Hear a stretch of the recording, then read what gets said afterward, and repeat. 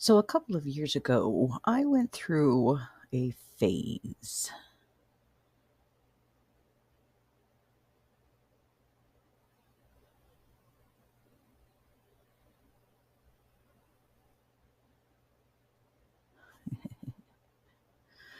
and that is just a small sampling of the wire trees I did. Now, I ended up having to stop making them for a time. Well, it's really until I made one this last week because my arthritis in my hands started getting really bad.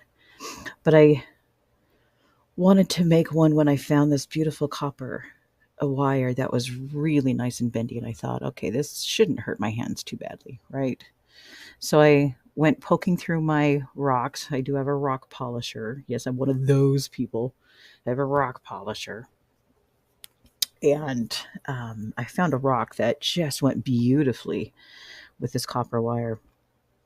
And then I went through my other wires and found another kind of coppery gold, not quite gold, but a coppery gold one that looked really nice with the darker copper. And then I found a purple that matched some of the striations in the rock that I thought would look really good. So here I am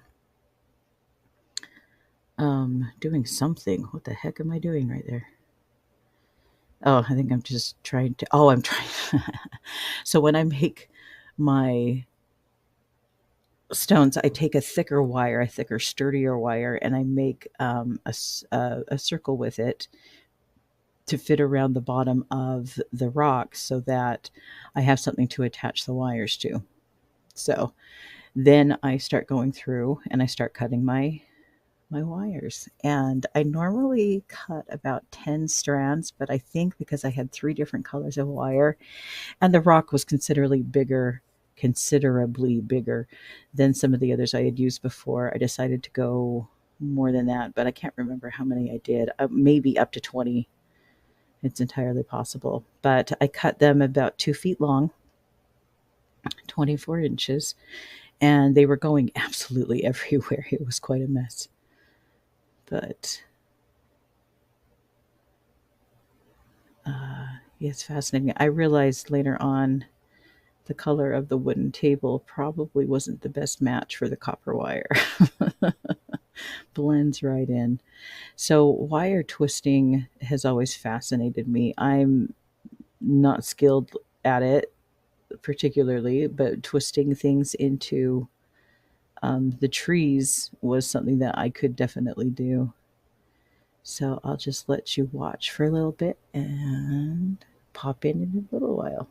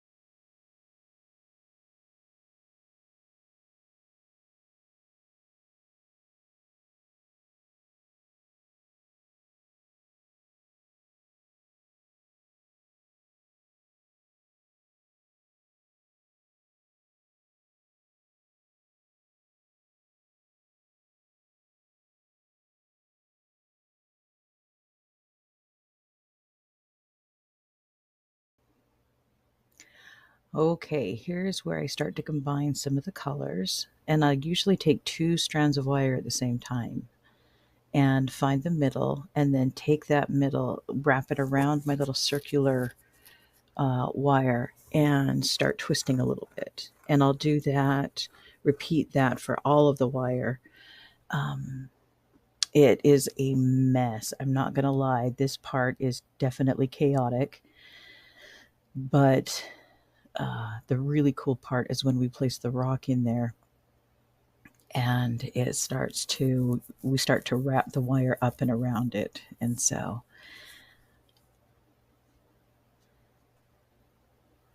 I'll take different colors. I think the only ones I matched the two colors on was my main copper wire. Otherwise, I am mixing the lighter copper and the purple with the main copper wire.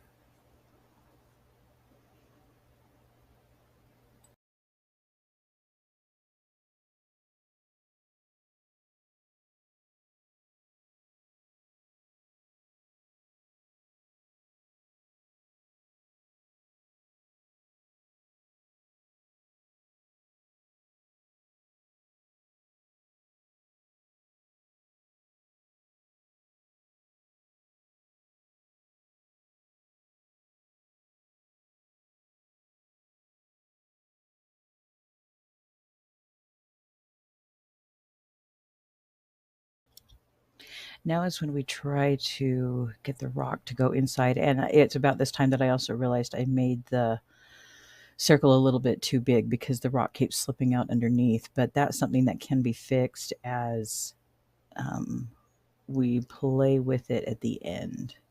So now I am taking and twisting the wires, interlocking. So like each one would come out with two wires on each side of the twist, and I would take two of those wires and interlock it with the two wires of one next to it, and you just keep doing that, um, twisting on the way up. And you can go different lengths. I find it's definitely more interesting to look at if you go different lengths. And there's also something we can do at the end where I actually take a wire tool, and you can take and bend and twist the already twisted wires in ways that make it look more decorative.